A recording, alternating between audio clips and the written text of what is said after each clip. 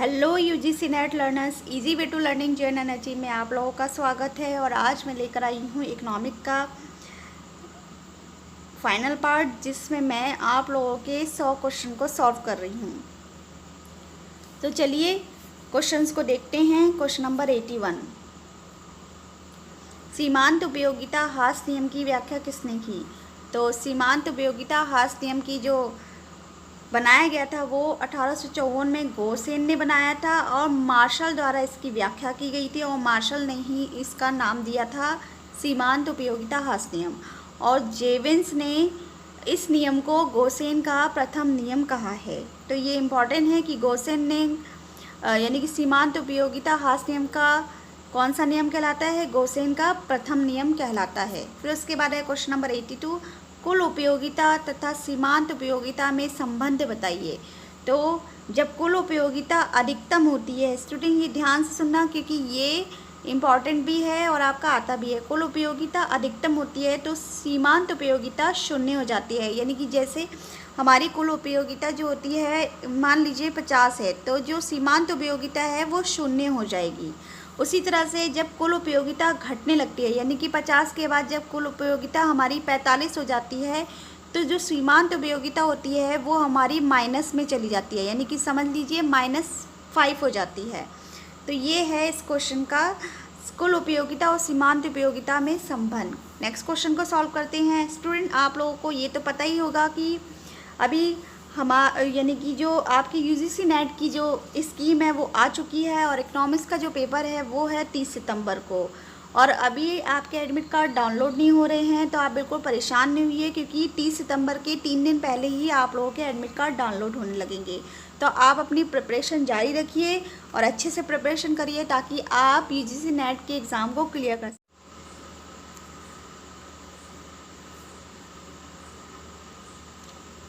तो आइए student question number 83 देखते हैं। टोटल रेवेन्यू यानी कि कुल आगम का जो फॉर्मूला है वो है P × Q, कीमत गुणा मात्रा। फिर उसके बाद है मार्जिनल रेवेन्यू यानी कि सीमांत आगम का जो फॉर्मूला है वो है TRN - TRN-1। इसका जो फॉर्मूला डिफाइन किया गया है इस तरह से होता है कि टोटल रेवेन्यू की जो दूसरी इकाई होती है, जैसे ये इकाइयाँ हैं, इसकी दूसरी इकाई को पहली इकाई से माइनस करने पर हमें MR मिलता है। उसके बाद है एवरेज रेवेन्यू अपॉन Q, यानी कि कुल आगम बटे में मात्रा, यानी कि टोटल रेवेन्यू को भाग करने पर, क्वांटिटी से भाग करने पर हमें AR मिलता है। उसके बाद है क्वेश्चन नंबर 84, कूर्नो का मॉडल यानी कि द्विआधार का प्रतिपादन कब किया? यानी कि कूर्नो ने किया और 1938 में इसका प्रतिपादन हुआ था। उसके बाद है नेक्स्ट क्वेश्चन नंबर 85, बर्ट्रेक का मॉडल 1883 में दिया गया था और इस मॉडल के अंदर ये डिफाइन किया गया था कि प्रत्येक उत्पादक जो प्रोड्यूसर होता है वो दूसरे से कम कीमत पर बेचने को तैयार होकर अपनी ही उत्पादित पदार्थ की पूर्ति को बढ़ाकर कीमत को गिरा सकता है। यानी कि प्रत्येक जो प्रोड्यूसर होता है वो अपना जो उत्पादन होता है उसे कम कीमत पे तभी बेचता है जब वो अपनी पूर्ति को बढ़ा लेता है, और पूर्ति को बढ़ाता है तो वो कम कीमत पे अपने पदार्थ को यानी कि अपने उत्पादन को बेच सकता है। तो ये है बर्ट्रेट का मॉडल। उसके बाद है question number 86, principal of political economic and taxation के लेखक कौन है? वो है रिकार्डो एंड लगान सिद्धांत में ये principle of political economy and taxation दिया था। उसके बाद है question number 87, reformulation of certain aspect of welfare economics के लेखक कौन है? तो उसके लेखक है प्रोफेसर बर्गसन और सामाजिक कल्याण फलन का इन्होंने सिद्धांत दिया था। उसके बाद है क्वेश्चन नंबर 88, रैचेट प्रभाव दिया था जेम्स ड्यूसनबरी ने। रैचेट प्रभाव वो होता है जब आय में वृद्धि होती है तो जो उपभोक्ता होते हैं या जो व्यक्ति होते हैं जिनकी इनकम बढ़ जाती है तो वो अपना उपभोग ज़्यादा करने लगते हैं, और एक स्थिति ऐसी आती है कभी कभी उनकी इनकम कम हो जाती है लेकिन जो वो उपभोग उनका बढ़ जाता है तो अपनी स्टेटस को मेंटेन करने के लिए भी वो उपभोग को बनाए रहते हैं, यानी कि उसी स्तर पर बनाए रहते हैं चाहे उनकी इनकम कम हो जाए। तो इनकम कम होने पर भी प्रदर्शन प्रभाव दिखाने हेतु, यानी कि दिखाने के लिए भी वो अपना उपभोग बनाए रहते हैं, तो उसे रैचट प्रभाव कहते हैं। उसके बाद है क्वेश्चन नंबर 89, कुज़नेट्स वक्र किसने दिया? कुज़नेट्स ने दिया था और 1963 में दिया था। और इसमें ये कहा गया था कि आय वितरण तथा आर्थिक विकास के संबंध को प्रतिपादित किया गया था, यानी कि ये होता है कुज़नेट्स ने आय वितरण की असमानताओं को बताया है कि जब आर्थिक विकास, यानी कि जब इनकम सोर्स बहुत अधिक हो जाता है तो मेंटेनेंस, यानी कि जो हम आर्थिक विकास का जो मेंटेनेंस होते हैं उसे रिकवर नहीं कर पाते हैं, सही ढंग से ना देख पाने के कारण हमारी जो आय वितरण का स्तर होता है वो गिरने लगता है, और इसका जो शेप होता है वो होता है यू आकार का। जैसे कि यहाँ पर इस तरह से दिया गया है, ये हमारा इनकम सोर्स है, जैसे कि ये इनकम बढ़ती जा रही है, ये हमारी इनकम बढ़ रही है और एक हद ये आ जाता है कि बहुत अधिक इनकम सोर्स, यानी कि जो उपभोग होता है वो हमारा बढ़ जाता है और उस उपभोग को हम मेंटेन नहीं कर पाते हैं, तो हमारे जो उपभोग स्तर होता है तो वह डेफिशिएट, यानी कि स्तर गिरने लगता है। तो जो हमारा आय वितरण का जो डायग्राम बनता है वो कुज़नेट्स का यू आकार में बनता है। उसके बाद देखते हैं नेक्स्ट क्वेश्चन को, question number 90, towards a dynamic economic के लेखक कौन है? वो है हैरोल्ड, और 1939 में ये इन्होंने दिया था। उसके बाद है क्वेश्चन नंबर 91, यानी कि GN जब ज़्यादा हो GW से तो महंगाई की वृद्धि दर होती है, और GN जब कम हो GW से तो बेरोजगारी की दर में वृद्धि होती है।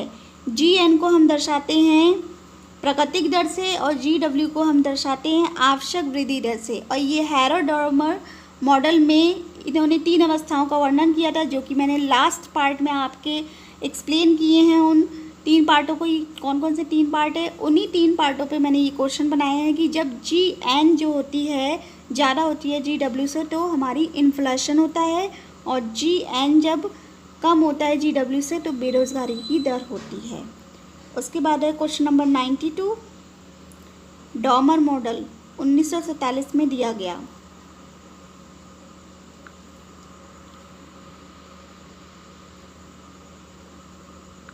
फिर है क्वेश्चन नंबर 93, अंतर्राष्ट्रीय, ये कुछ मैचिंग्स हैं जो कि आपको आज आती है करने के लिए।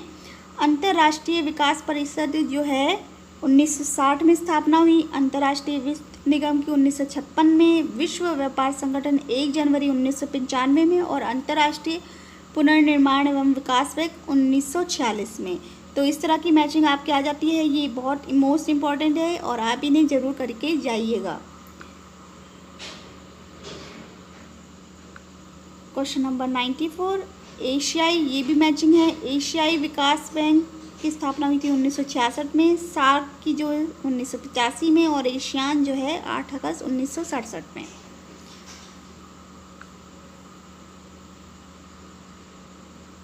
उसके बाद है क्वेश्चन नंबर 95, आर्थिक सर्वेक्षण 2019 और 20 के मुख्य बिंदु, यानी कि ये मोस्ट इम्पॉर्टेंट है और ये करंट अफेयर्स है, तो आप ज़रूर देख के जाइएगा। अप्रैल में शुरू हुई वित्तीय वर्ष के लिए भारत की आर्थिक वृद्धि 6 से 6.5% रखी गई है, यानी कि हो गई है। उसके बाद है चालू खाता घाटा जो है 2018-19 को 2.1 था, जो कि कम होकर अब 2019-20 में 1.5 पर आ गया है। उसके बाद है विदेशी मुद्रा भंडार 10 जनवरी 2020 तक $461.2 बिलियन रहा है। उसके बाद है क्वेश्चन नंबर 96, उपभोक्ता मूल्य सूचकांक जो 2018-19 में 3.7% से बढ़कर 4.1% 2019 और 20 में हो गया है, यानी कि पहले 3.7% था, अब वो 4.1% हो गया है।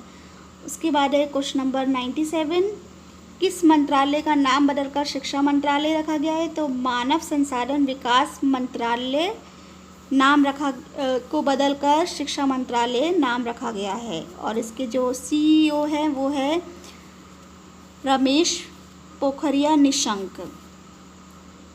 उसके बाद है क्वेश्चन नंबर 98। किस अंतर्राष्ट्रीय संगठन ने कोविड-19 महामारी से लड़ने के लिए भारत को 3 मिलियन अमेरिकी डॉलर अनुदान की मंजूरी दी है? वो है एशियाई विकास बैंक। उसके बाद है क्वेश्चन नंबर 99।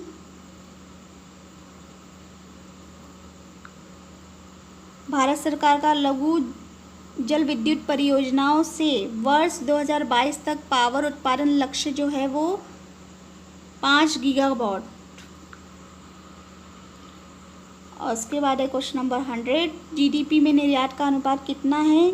11.3% कम हो गई है। यानी कि जो GDP में जो निर्यात का जो अनुपात रेशियो था वो अब कम हो गई है, वो है 11.3%। पहले इसका ज़्यादा था, अब कम हो गई है। सो लर्नर्स, मैंने आप लोगों के 100 क्वेश्चन डिस्कस कर दिए हैं। आप जब भी एग्ज़ाम देने जाएंगे तो आप एग्ज़ाम से पहले इन वीडियोस को देख के जाइएगा, क्योंकि इसमें से कुछ ना कुछ क्वेश्चन आपके ज़रूर आएंगे। तो चलिए, मैं नेक्स्ट वीडियो बहुत जल्दी लेकर आऊँगी। तब तक के लिए आप अपना ख्याल रखिए, खुश रहिए, और मेरे इन सारे पार्ट्स को आप ज़्यादा से ज़्यादा शेयर कर दीजिए ताकि UGC नेट लर्नर्स की हेल्प हो सके। Thank you.